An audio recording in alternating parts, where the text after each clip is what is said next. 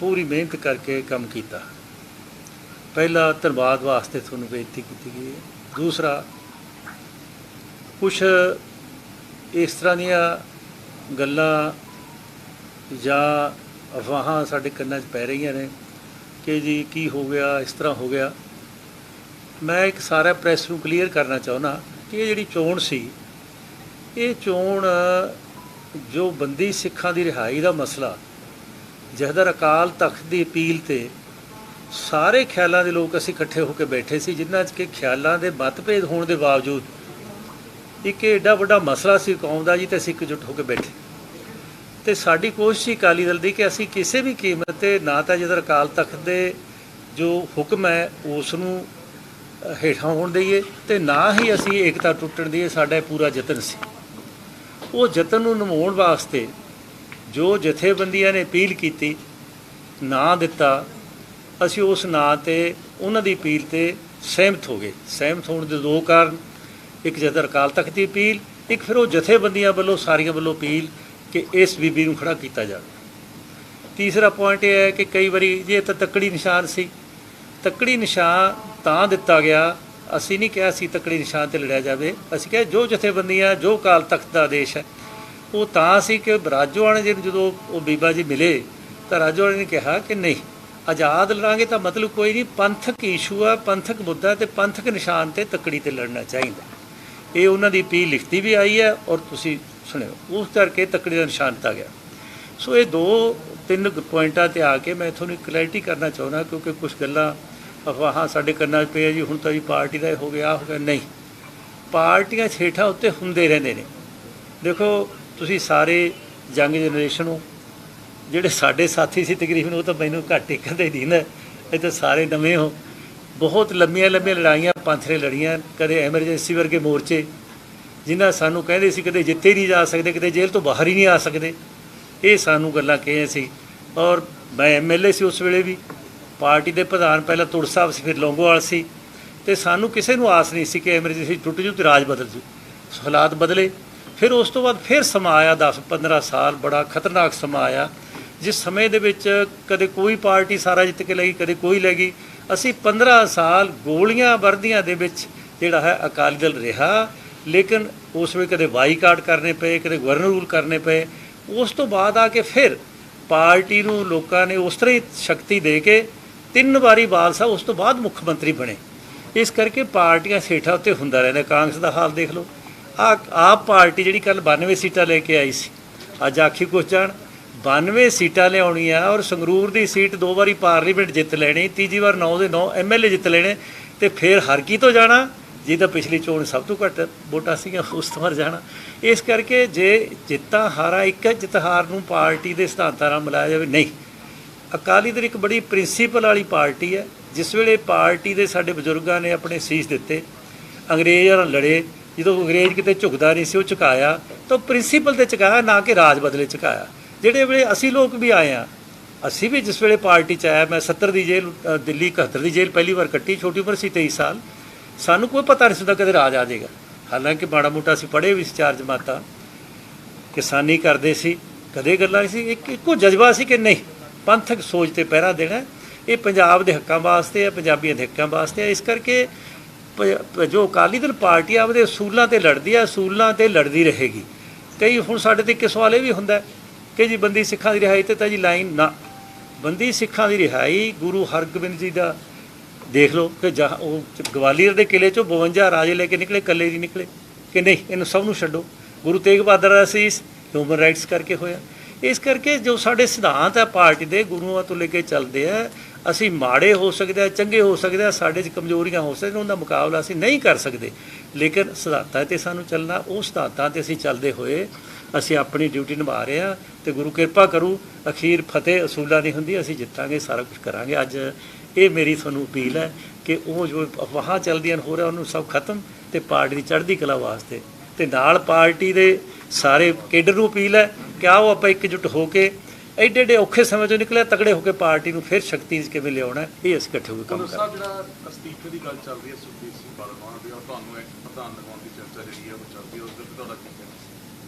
देखो जिहड़े पार्टी के प्रधान है वो कोई ਕਹਿ ਦੇਣਾ, ਇੱਕ ਇਸ ਤੋਂ ਹੋਰ ਕਹਿ ਦੇਣਾ, ਤੁਸੀਂ ਮੇਰੇ 'ਤੇ ਸਵਾਲ ਕਰ ਦੇਣਾ, ਮੈਥੋਂ ਕੋਈ ਉਹਦਾ ਜਵਾਬ ਐਸਾ ਨਿਕਲ ਆਉਣਾ ਜਿਵੇਂ ਪੁਲਿਸ ਵਾਲੇ ਸਵਾਲ ਕਰਦੇ ਨੇ ਬਿਜ਼ਨਸ, ਉਹਦਾ ਜਵਾਬ ਹੀ ਹਾਂ ਨਾ 'ਚ ਜਾਵੇ ਤਾਂ ਉਹਦਾ ਉਲਟਾ ਅਰਥ ਨਿਕਲਦਾ। ਕਈ ਵਾਰੀ ਦੇਖੋ ਪ੍ਰੈਸ ਤੁਸੀਂ ਬੜੀ ਵੱਡੀ ਸ਼ਕਤੀ ਹੋ, ਕੁਐਸਚਨ ਹੀ ਐਸਾ ਕਰ ਦਿੰਦੇ ਹੋ ਕਿ ਕੋਈ ਵੱਡੇ ਤੋਂ ਵੱਡਾ ਬੰਦਾ ਉਲਝ ਜਾਂਦਾ। ਕੋਈ ਇਸ ਤਰ੍ਹਾਂ ਦਾ ਕਰਤਾ ਹੋਣਾ ਕਿਸੇ ਨੇ, ਕੋਈ ਮੇਰੇ ਖਿਆਲ ਨਾ ਅਸਤੀਫੇ ਵਾਲੀ ਗੱਲ ਕਿਸੇ ਨੇ ਆਖੀ ਹੈ। ਜਿੰਨੀ ਇਸ ਪਾਰਟੀ 'ਚ ਏਕਤਾ ਕਿਸੇ 'ਚ ਨਹੀਂ। ਨੰਬਰ 2, ਮੇਰੀ ਪ੍ਰਧਾਨਗੀ ਦਾ ਸਵਾਲ। ਪ੍ਰਧਾਨਗੀ ਕਿਤੇ ਐਂ ਬਣ ਜਾਂਦੀ ਹੈ ਵੀ ਆਪਾਂ ਕਿਹਾ 2 ਬੰਦਿਆਂ ਨੇ ਤੇ ਪ੍ਰਧਾਨਗੀ ਦੇ ਵਾਸਤੇ ਕੋਈ ਸਿਸਟਮ ਹੈ, ਚੋਣਾਂ ਨੇ, ਭਰਤੀ ਹੈ, ਕੇਡਰ ਹੈ, ਵਰਕਿੰਗ ਕਮੇਟੀ ਹੈ, ਹਾਊਸ ਹੈ 465 ਬੰਦਿਆਂ ਦਾ, ਫਿਰ ਜਾ ਕੇ ਹੁੰਦੀ ਹੈ। ਇਸ ਕਰਕੇ ਤੀਜੀ ਗੱਲ, ਕਦੇ ਮੈਂ ਜ਼ਿੰਦਗੀ 'ਚ ਪਾਰਟੀ 'ਚ ਕਦੇ ਸੋਚਿਆ ਹੀ ਨਹੀਂ ਕਿ ਮੈਂ ਪਾਰਟੀ ਦਾ ਡਿਸਪਲਿਨ ਭੰਗ ਕਰ ਸਕਦਾ, ਮੈਂ ਸੋਚ ਸਕਦਾ ਕਿ ਮੈਂ ਆਹ ਗਲਤੀ ਕਰਾਂਗਾ।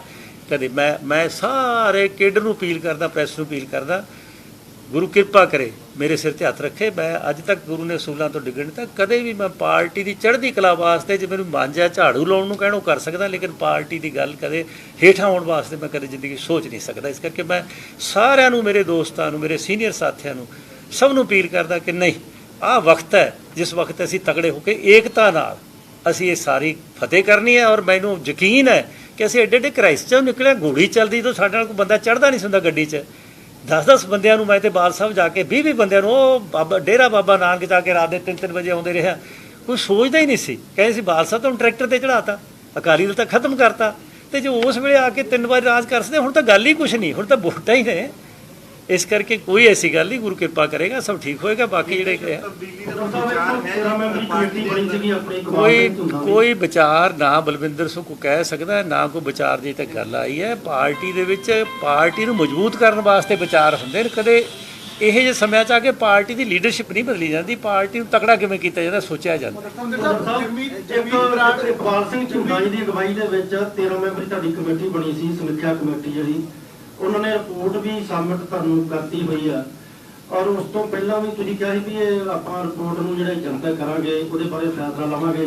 ਪਰ ਦੂਸਰਾ ਨਾਲ ਹੀ ਤੁਸੀਂ ਇੱਕ ਵਾਰੀ ਉਹ ਕਿਹਾ ਸੀਗਾ ਵੀ ਸੰਗਰੂਰ ਇਲੈਕਸ਼ਨ ਤੋਂ ਬਾਅਦ ਜਿਹੜਾ ਆਪਾਂ ਇਹਦੇ ਬਾਰੇ ਕਰਾਂਗੇ। ਰਿਪੋਰਟ ਸਾਹਮਣੇ ਹੋਈ ਨੂੰ ਵੀ ਕਾਫੀ ਸਮਾਂ ਹੋ ਗਿਆ, ਉਹਦੇ ਬਾਰੇ ਤੁਹਾਡਾ ਕੀ? ਉਹਦੇ 'ਚ ਇਹੋ ਹੀ ਆ ਜੋ ਤੁਸੀਂ ਕੁਐਸਚਨ ਕੀਤਾ, ਆਪੇ ਆਨਸਰ ਕੀਤਾ ਕਿ ਅਸੀਂ ਪਹਿਲਾਂ ਸੰਗਰੂਰ ਬਾਈ ਇਲੈਕਸ਼ਨ ਸੀ, ਹੁਣ ਇਲੈਕਸ਼ਨ ਹੋ ਗਈ। ਜਦੋਂ ਅਸੀਂ ਕੋਰ ਕਮੇਟੀ ਬੈਠਾਂਗੇ, ਹਮੇਸ਼ਾ ਪਾਰਟੀ ਦੇ ਜਿਹੜੇ ਮਸਲੇ ਸੀਕ੍ਰੇਟ ਹੁੰਦੇ ਨੇ, ਕਮੇਟੀਆਂ ਬਣਦੀਆਂ ਨੇ, ਜਦੋਂ ਪਾਰਟੀ ਬੈਠਦੀ ਹੈ ਉਹਦੇ 'ਚ ਕੀਤਾ ਜਾਂਦਾ। ਪਹਿਲੇ ਪ੍ਰੈਸ ਨੂੰ ਦੇ ਦੀ ਉਹਦੀ ਵੈਲਿਊ ਖਤਮ ਹੋ ਜਾਂਦੀ ਹੈ ਔਰ ਡਿਸਪਲਿਨ ਨਹੀਂ ਹੁੰਦਾ।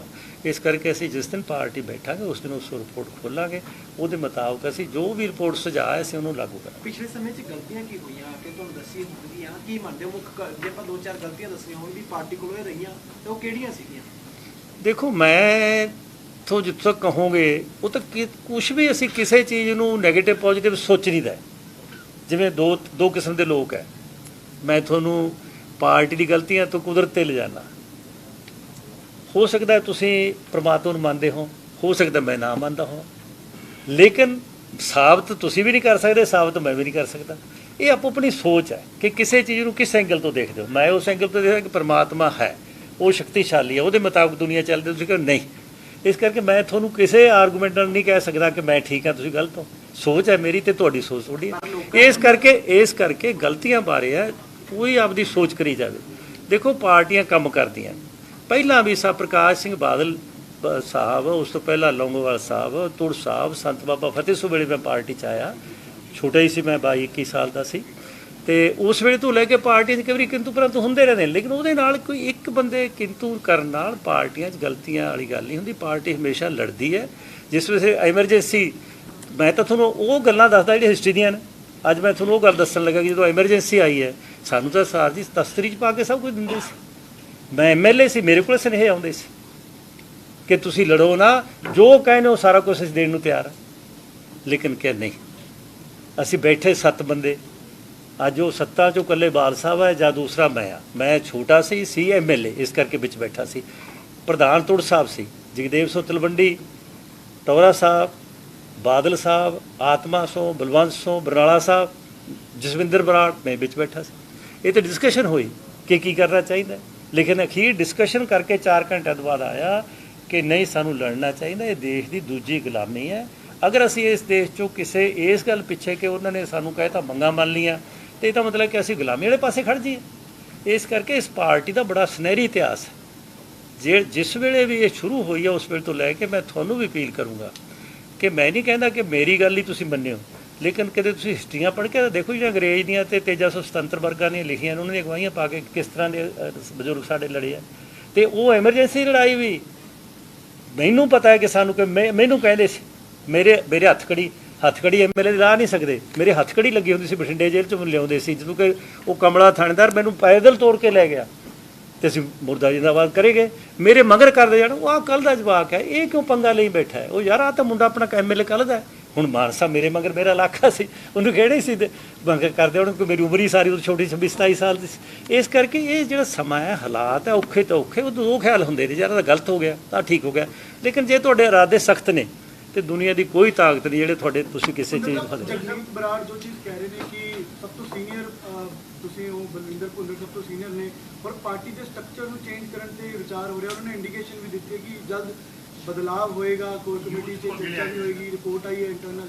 ਇਹ ਜਗਮੀਤ ਬਰਾੜ ਕਹਿ ਰਹੇ ਨੇ, ਉਹ ਸੀਨੀਅਰ ਪ੍ਰਧਾਨ ਵੀ ਨੇ ਕੋਰ ਕਮੇਟੀ ਦੇ।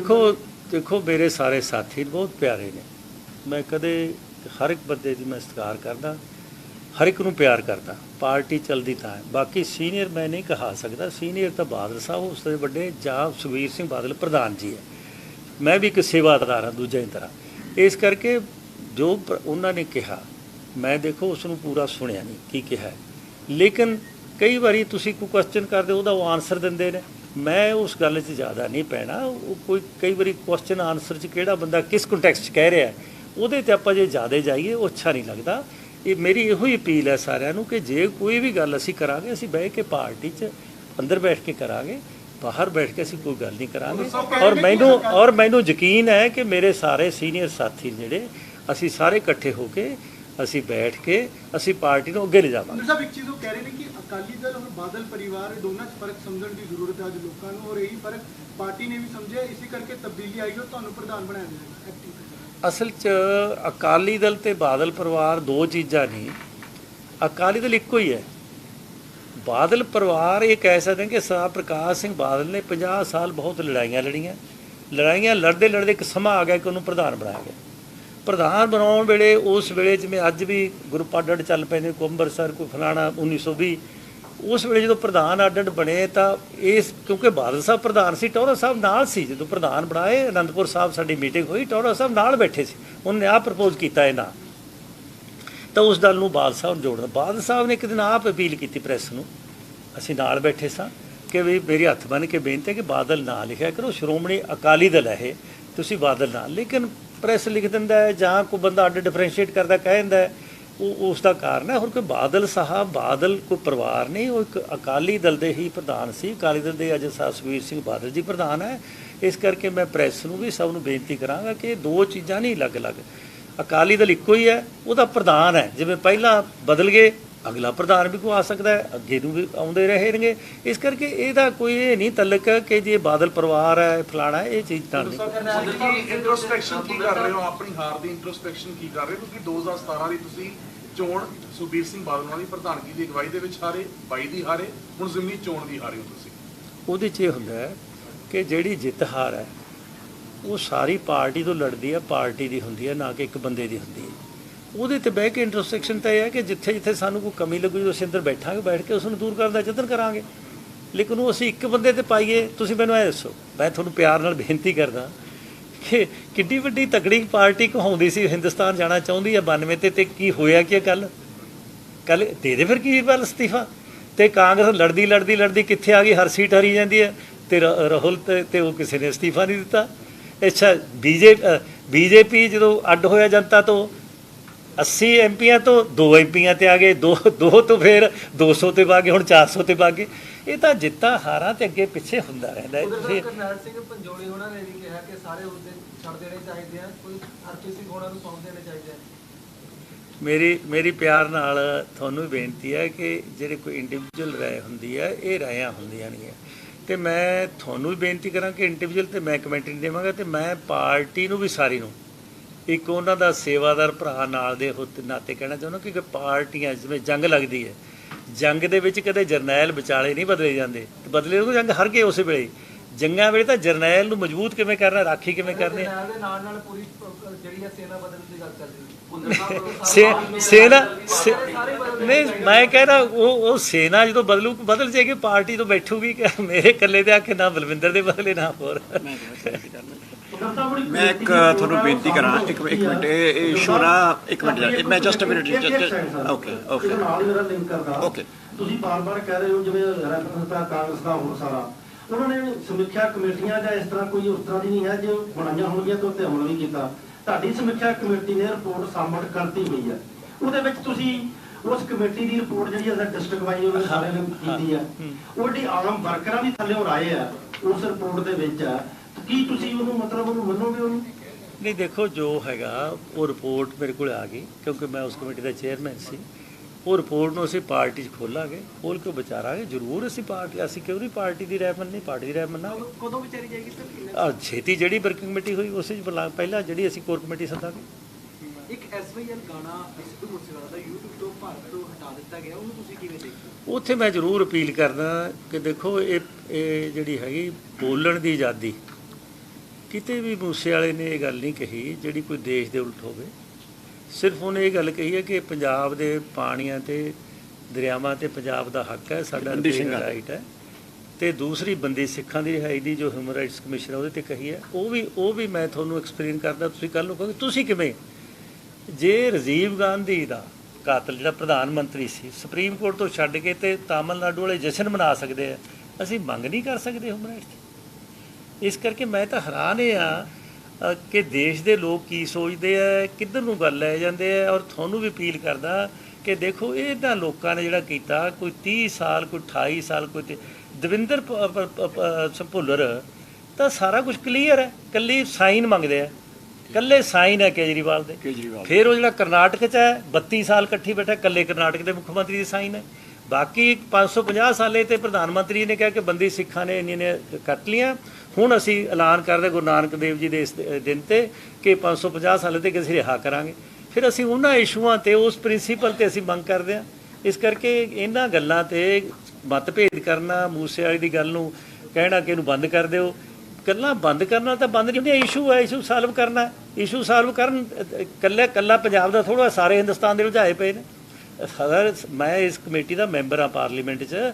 ਸਾਰੇ ਹਿੰਦੁਸਤਾਨ ਦੇ ਦਰਿਆਵਾਂ ਦੇ ਮਸਲੇ 40-40 ਸਾਲ ਦੇ ਚੱਲਦੇ ਨੇ, ਕਿਸੇ ਦਾ ਹੱਲ ਨਹੀਂ ਹੁੰਦਾ। ਇੱਥੇ ਆ ਕੇ ਧੱਕਾ ਹੁੰਦਾ, ਬਾਕੀ ਤਾਂ ਬੋਲਦੇ ਨਹੀਂ। ਮੈਂ ਤਾਂ ਜਾਣਾ, ਅਸੀਂ ਤਾਂ ਕਰਨਾਟਕਾ ਨਾਲ ਸਾਰੇ ਜਿੰਨਾ ਨਦੀਆਂ ਦਾ ਜਾ ਕੇ ਉੱਥੇ ਜਾ ਕੇ ਮੁਆਇਨਾ ਕਰਦੇ ਹਾਂ, ਦੇਖਦੇ। ਮੈਂ ਇਸ ਕਮੇਟੀ ਦਾ ਮੈਂਬਰ ਹਾਂ, ਰਿਸੋਰਸ ਕਮੇਟੀ ਦਾ, ਵਾਟਰ ਰਿਸੋਰਸ ਦਾ। ਇਸ ਕਰਕੇ ਧੱਕਾ ਇਕੱਲਾ ਪੰਜਾਬ ਨਾਲ ਹੋ ਰਿਹਾ। ਇਸੇ ਕਰਕੇ ਅਸੀਂ ਬਾਰ-ਬਾਰ ਮੰਗ ਉੱਠਦੀ ਹੈ, ਬਾਰ-ਬਾਰ ਲੜਾਈਆਂ ਲੜਦੇ ਆ। ਔਰ ਤੁਹਾਨੂੰ ਕਿਸੇ ਨੂੰ ਇਹ ਯਾਦ ਨਹੀਂ ਹੋਣਾ ਕਿ ਇਹਦੀ ਜਿਹੜੀ ਲੜਾਈ ਸ਼ੁਰੂ ਹੋਈ ਸੀ ਉਸ ਦਿਨ ਦਰਬਾਰਾ ਸਾਹਿਬ ਮੁੱਖ ਮੰਤਰੀ ਸੀ, ਇੰਦਰਾ ਗਾਂਧੀ ਟੱਕ ਲਾਉਣ ਆਈ ਸੀ, ਔਰ ਮੈਂਬਰ ਪਾਰਲੀਮੈਂਟ ਸੀ ਸਾਰਵਿੰਦਰ ਸਿੰਘ। ਇਹ ਸਾਰੇ ਸਟੇਜ ਤੇ ਸੀ। ਅਸੀਂ ਮੁਜ਼ਾਹਰਾ ਕਰ ਰਹੇ ਸੀ 25-30 ਹਜ਼ਾਰ ਲੈ ਕੇ ਬੰਦੇ ਉਸ ਥਾਂ ਤੇ, ਉਹ ਜਗ੍ਹਾ ਜਿੱਥੇ ਟੱਕ ਲਾਇਆ ਸੀ। ਤੇ ਬਾਦਲ ਸਾਹਿਬ 1000 ਬੰਦਾ ਲੈ ਕੇ ਅਰੈਸਟ ਦੇਣ ਗਏ ਸੀ। ਉਹ ਅਰੈਸਟ ਵਾਸਤੇ ਅਰੈਸਟ ਹੋਏ ਸੀ। ਤੇ ਉੱਥੋਂ ਉਸ ਤਾਂ ਲੜਾਈ ਉਸ ਵੇਲੇ ਦੀ, ਜੇ ਅਸੀਂ ਉਸ ਵੇਲੇ ਨਾ ਰੋਕਦੇ ਨਿਕਲ ਗਈ ਸੀ। ਤੇ ਅੱਜ ਦੇਖੋ ਪੰਜਾਬ ਦਾ ਕੀ ਹਾਲ ਹੈ, ਪਾਣੀ ਦਾ, ਧਰਤੀ ਦਾ ਕੀ ਹਾਲ ਹੈ। ਸੁੰਦਰ ਸਾਹਿਬ, ਬੀਜੇਪੀ ਜ਼ਿਆਦਾ ਵੋਟਾਂ ਲੈ ਗਈ ਅਕਾਲੀ ਦਲ ਤੋਂ ਸੰਗਰੂਰ ਬਾਈ ਇਲੈਕਸ਼ਨ ਦੇ ਵਿੱਚ, ਤੇ ਕੀ ਕਿੱਦਾਂ ਦੇਖਦੇ ਹੋ ਉਹਨਾਂ ਨੂੰ? ਕੋਈ ਖਾਸ ਗੱਲ ਨਹੀਂ, ਤਾਂ ਹੁੰਦੀਆਂ ਰਹਿੰਦੀਆਂ, ਕੋਈ ਜ਼ਿਆਦਾ ਵਾਲੀ ਗੱਲ ਹੈ ਨਹੀਂ। ਤੁਸੀਂ ਐਂ ਦੱਸੋ ਕਿ ਸਾਰੀ ਦੁਨੀਆ ਇਕੱਠੀ ਹੋਈ ਤੇ ਫਿਰ ਗੱਲ ਤਾਂ ਉੱਥੇ ਜੀ ਹੈ, ਕੀ 10,000 ਵੱਧ ਕੇ ਘੱਟ। ਕੋਈ ਇਸ ਨੂੰ ਦੇਖੋ, ਮੇਰਾ ਤਾਂ ਇੱਕੋ ਹੀ ਹੈਗਾ ਕਿ ਮੈਂ ਤਾਂ ਤੁਹਾਨੂੰ ਇੱਕ ਗੱਲ ਕਹਿਣਾ ਕਿ ਮੈਂ ਪਰਮਾਤਮਾ ਤੋਂ ਡਰ ਕੇ ਕਹਿਣਾ ਚਾਹੁੰਦਾ ਕਿ ਜੇ ਤੁਹਾਡੇ ਇਰਾਦੇ ਪੂਰੇ ਕਾਇਮ ਨੇ ਤੇ ਤੁਸੀਂ ਏਕਤਾ ਦੇ ਨਾਲ ਅੱਗੇ ਵਧੋ, ਦੁਨੀਆ ਦੀ ਕੋਈ ਤਾਕਤ ਤੁਹਾਨੂੰ ਪਿੱਛੇ ਨਹੀਂ ਹਟਾ ਸਕਦੀ ਜਿੱਤ ਤੁਹਾਡੀ ਹੁੰਦੀ। ਬੰਦੀ ਸਿੰਘਾਂ ਦੀ ਰਿਹਾਈ ਲਈ ਅਗਲਾ ਕਦਮ ਕੀ ਰਹੂਗਾ? ਚੋਣ ਤਾਂ ਹਾਰ ਗਏ, ਅਗਲਾ ਕਦਮ ਜੋ ਸਾਰੇ ਬਹਿ ਕੇ ਕਰਾਂਗੇ ਅਸੀਂ ਉਸ ਤੇ ਅੱਗੇ ਸੋਚਾਂਗੇ। ਸਾਰੇ ਇਕੱਲਾ ਮੈਂ ਤਾਂ ਇਕੱਲਾ ਐਲਾਨ ਨਹੀਂ ਕਰ ਸਕਦਾ, ਸਾਰੀਆਂ ਜਥੇਬੰਦੀਆਂ ਇਕੱਠੇ ਬੈਠਾਂਗੇ ਤੇ ਕਰਾਂਗੇ ਜੋ ਅਗਲਾ ਕਦਮ ਜਥੇਬੰਦੀਆਂ ਚੱਕਣਗੀਆਂ, ਕਿਉਂਕਿ ਉਸ ਦਾ ਜਿਹੜਾ ਉਸ ਦੀ ਅਗਵਾਈ ਕਰ ਰਿਹਾ ਉਹ ਧਾਮੀ ਸਾਹਿਬ ਕਰ ਰਿਹਾ, ਉਹ ਸਾਰਾ ਹੋਵੇਗਾ। ਤੁਸੀਂ ਕਹਿੰਦੇ ਕਿ ਬਾਦਲ ਸਾਹਿਬ ਦੇ ਪਰਿਵਾਰ ਦੀ ਕੁਰਬਾਨੀ ਇੰਨੀ ਹੈ ਕਿ ਬਾਦਲ ਸਾਹਿਬ ਹੀ ਹੁਣ ਪ੍ਰਧਾਨ ਰਹਿਣਗੇ ਪਾਰਟੀ ਦੇ, ਇਹ ਮੰਗਦੀ? ਨਹੀਂ, ਮੈਂ ਤਾਂ ਇਹ ਲਫ਼ਜ਼ ਤਾਂ ਨਹੀਂ ਕਿਹਾ। ਮੈਂ ਇਹ ਤਾਂ ਨਾ ਤਾਂ ਮੈਂ ਬਣਾਇਆ, ਨਾ ਤਾਂ ਦੇਖੋ ਮੇਰੀ ਬੇਨਤੀ ਹੈ ਪਿਆਰ ਨਾਲ, ਤੁਸੀਂ ਮੇਰੇ ਮੂੰਹ 'ਚ ਹੋਰ ਗੱਲਾਂ ਨਾ ਪਾਓ। ਮੈਂ ਸਮਝ ਰਿਹਾ ਨਾ, ਪਰ ਮੈਂ ਚਾਹੁੰਦਾ ਤੁਹਾਨੂੰ ਪੋਜ਼ੀਟਿਵ ਵੇ 'ਤੇ ਲਿਜਾਣਾ ਕਿ ਗੱਲ ਇਹ ਹੈ ਕਿ ਪ੍ਰਧਾਨ ਜੀ ਮੈਂ ਨਹੀਂ ਬਣਾਏ, ਅਤੇ ਨਾ ਪ੍ਰਧਾਨ ਜੀ ਕਦੇ ਕੋਈ ਵੀ ਹੁੰਦਾ ਜਿਹਨੂੰ ਆਪਾਂ ਪੱਕਾ ਕਹਿ ਸਕਦੇ ਹਾਂ। ਇਸ ਕਰਕੇ ਪ੍ਰਧਾਨ ਬਕਾਇਦਾ ਕੇਡਰ ਨੇ ਬਣਾਇਆ, ਬਕਾਇਦਾ ਚੋਣ ਹੋਈ ਹੈ, ਭਰਤੀ ਹੋਈ ਹੈ, ਉਹਦੇ ਤਹਿਤ ਬਣੇ ਨੇ, ਪ੍ਰਿੰਸੀਪਲ ਦੇ ਤਹਿਤ ਬਣੇ। ਤੇ ਜਿੱਤਾਂ ਹਾਰਾਂ ਤਾਂ ਹਰ ਪ੍ਰਧਾਨਾਂ ਦੇ ਸਮੇਂ ਹੁੰਦੀਆਂ ਤੇ ਜਿੱਦੀਆਂ ਨੇ ਸਾਰੀਆਂ ਪਾਰਟੀਆਂ ਦੇ। ਅੱਜ ਹੁਣ ਕੇਜਰੀਵਾਲ ਫਿਰ ਦੇਵੇ ਅਸਤੀਫਾ, ਦੱਸੋ ਹੈ ਜੀ? ਹਟਾਉਣ ਦਾ ਕੀ ਪ੍ਰੋਸੀਜਰ ਹੈ, ਇਸਤੀਫਾ ਜਾਂ ਨਹੀਂ ਆਪਾਂ ਆਊਟ ਨਹੀਂ ਆ? ਨਹੀਂ, ਉਹ ਤਾਂ ਜੀ ਚੋਣ ਹੁੰਦੀ ਹੈ। ਜਦੋਂ ਅਸੀਂ ਭਰਤੀ ਕਰਦੇ ਹਾਂ, ਭਰਤੀ ਕੋਈ ਚੋਣ ਹੁੰਦੀ ਹੈ, ਚੋਣ ਦੇ ਵਿੱਚ ਫਿਰ ਡੈਲੀਗੇਟ ਹੁੰਦੇ, ਉਹ ਤਰੀਕਾ ਹੁੰਦਾ। ਇੱਕ ਮਿੰਟ, ਅੱਜ ਤੱਕ ਅਕਾਲੀ ਦਲ ਦੇ 100 ਸਾਲ ਤੋਂ ਵੱਧ ਇਤਿਹਾਸ ਦੇ ਵਿੱਚ ਕੋਈ ਪ੍ਰਧਾਨ ਅਪਾਇੰਟ ਨਹੀਂ ਕੀਤਾ ਗਿਆ, ਨਾ ਹੀ ਕੋਈ ਪ੍ਰਧਾਨ ਡਿਸਮਿਸ ਕੀਤਾ ਗਿਆ। ਪ੍ਰਧਾਨ ਦਾ ਇੱਕ ਪ੍ਰੋਸੀਜਰ ਹੈ, ਉਹ ਪ੍ਰੋਸੀਜਰ ਰਾਹੀਂ ਚੁਣੇ ਜਾਂਦੇ ਆ। ਨਾ ਉਹ ਇੱਥੇ ਕਈ ਬੰਦੇ ਕਹਿੰਦੇ ਆ ਕਿ ਜੀ ਬਾਦਲ ਸਾਹਿਬ ਦੀ ਜੇਬ ਚੋਂ, SGPC ਦੇ ਬਾਦਲ ਸਾਹਿਬ ਕਿਹਦੀ ਜੇਬ ਚੋਂ ਨਿਕਲਦੇ ਆ? ਲੋਕਾਂ ਦੀ ਜੇਬ ਚੋਂ, ਲੋਕਾਂ ਦੇ ਦਿਲਾਂ ਚੋਂ। ਲੋਕੀ ਉਹਨਾਂ ਨੂੰ ਆਥੋਰਾਈਜ਼ ਕਰਦੇ, ਜਿਵੇਂ ਸਰਦਾਰ ਬਲਜਿੰਦਰ ਸਿੰਘ ਹਮਦਰਦ ਜਿਹੜੇ ਨੇ ਟਰਸਟ ਉਹਨਾਂ ਨੂੰ ਆਥੋਰਾਈਜ਼ ਕਰਦਾ ਕਿ ਤੁਹਾਨੂੰ ਸਪੈਸ਼ਲ ਕੋਰਸਪੋਂਡੈਂਟ ਲਾ ਦੇ, ਬਿਊਰੋ ਚੀਫ ਲਾ ਦੇ। ਇਹਦਾ ਮਤਲਬ ਇਹ ਨਹੀਂ ਹੈ ਕਿ ਤੁਸੀਂ ਹਮਦਰਦ ਸਾਹਿਬ ਦੀ ਜੇਬ ਚੋਂ ਨਿਕਲੇ ਹੋ। ਸੋ ਇਹ ਕਈ ਵਾਰੀ ਨਾ ਜਾਣ-ਬੁੱਝ ਕੇ ਵਿਰੋਧੀ ਇੱਦਾਂ ਦੀਆਂ ਗੱਲਾਂ ਫੈਲਾਉਂਦੇ ਨੇ।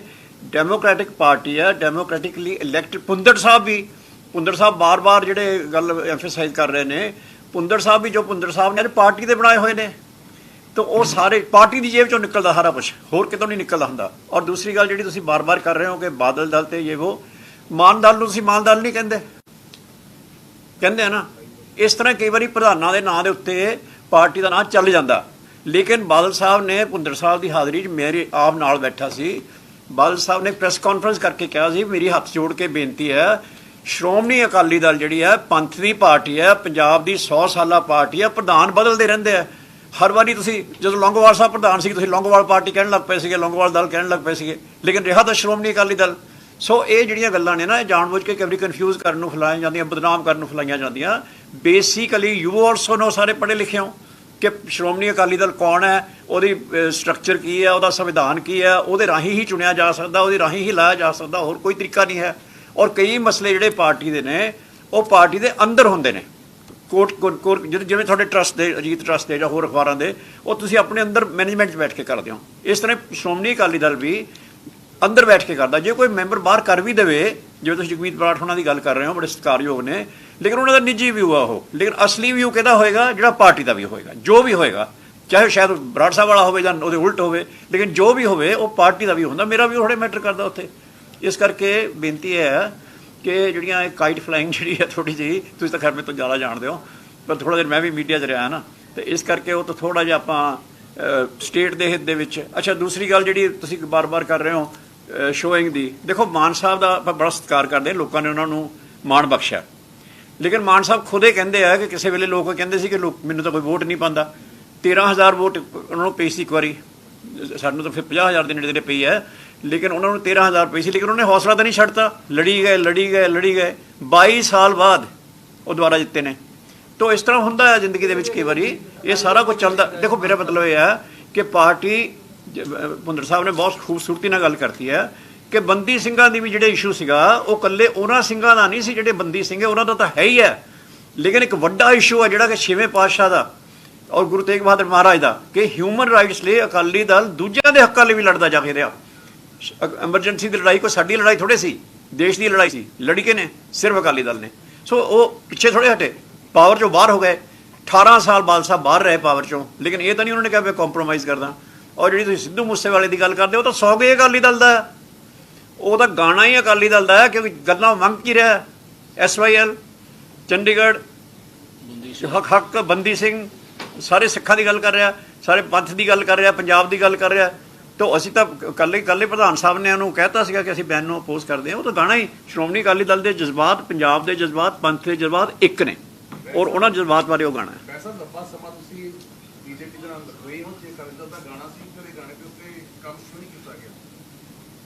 ਬੜਾ ਲੰਬਾ ਕੀਤਾ ਇਹਦਾ ਇਹ ਕਾਕਾ, ਇਹਦੇ ਵਿੱਚ ਤਾਂ ਅਸੀਂ ਬੜੀਆਂ ਜੇਲ੍ਹਾਂ, ਜਿਹੜਾ ਪੰਜਾਬ ਦਾ ਖੂਨ ਖਰਾਬਾ ਹੋਇਆ ਇਹ SYL ਤੇ ਹੀ ਹੋਇਆ।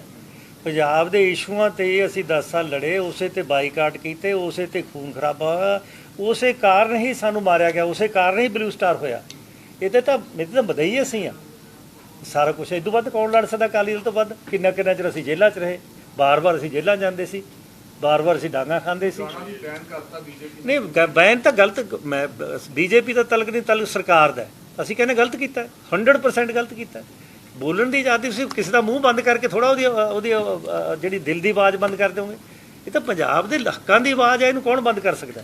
ਇਸ ਕਰਕੇ ਇਹਦੇ ਵਾਸਤੇ ਅਕਾਲੀ ਦਲ ਲੜਦਾ ਆਇਆ, ਲੜਦਾ ਰਹੇਗਾ, ਕਦੇ ਵੀ ਕੋਈ ਐਸੀ ਗੱਲ ਨਹੀਂ ਕਿ ਇਸ ਤੋਂ ਪਿੱਛੇ। ਦੂਜੀ ਇੱਕ ਮੈਂ ਆਖਰ 'ਚ ਤੁਹਾਨੂੰ ਅਪੀਲ ਕਰਦਾ ਮੈਂ ਤੁਹਾਡੇ ਸਾਰਿਆਂ ਰਾਹੀਂ ਕਿ ਦੇਖੋ, ਛੋਟਾ ਜਿਹਾ ਸੇਵਾਦਾਰ ਹੋਣ ਦੇ ਨਾਤੇ ਮੈਂ ਸਾਰੀ ਪਾਰਟੀ ਦੇ ਕੇਡਰ ਤੋਂ ਲੈ ਕੇ ਸਾਰੇ ਪੰਥ ਹਮਦਰਦੀਆਂ ਨੂੰ ਔਰ ਜੋ ਪੰਜਾਬ ਦੇ ਭਲੇ ਸੋਚਦੇ ਨੇ ਕਿ ਉਹਦੇ ਵਾਸਤੇ ਅਪੀਲ ਕਰਦਾ ਕਿ ਸਾਨੂੰ ਇਕੱਠੇ ਹੋ ਕੇ, ਕੋਈ ਕਿਸੇ ਇੱਧਰ ਉੱਧਰ ਦੀ ਗੱਲ 'ਚ ਨਹੀਂ, ਇਕੱਠੇ ਹੋ ਕੇ ਪਾਰਟੀ ਨੂੰ ਮਜ਼ਬੂਤ ਕਰਨ ਵਾਸਤੇ ਕੰਮ ਕਰਨਾ ਚਾਹੀਦਾ। ਮੇਰੀ ਸਾਰਿਆਂ ਨੂੰ ਅਪੀਲ ਹੈ ਔਰ ਜੋ ਕੋਈ ਅਸੀਂ ਬਹਿ ਕੇ ਅੰਦਰ ਬੈਠ ਕੇ ਸੋਚ ਕੇ ਅੱਗੇ ਵਧੀਏ ਤਾਂ ਕਿ ਪਾਰਟੀ ਹੈ ਜਿਹੜੀ ਇਸ ਸੂਬੇ ਦਾ, ਦੇਸ਼ ਦਾ ਭਲਾ ਕਰਨ ਵਾਸਤੇ ਲੜ ਸਕੇ। ਇਹ ਮੇਰੀ ਅਪੀਲ ਹੈ ਸਾਰਿਆਂ ਨੂੰ।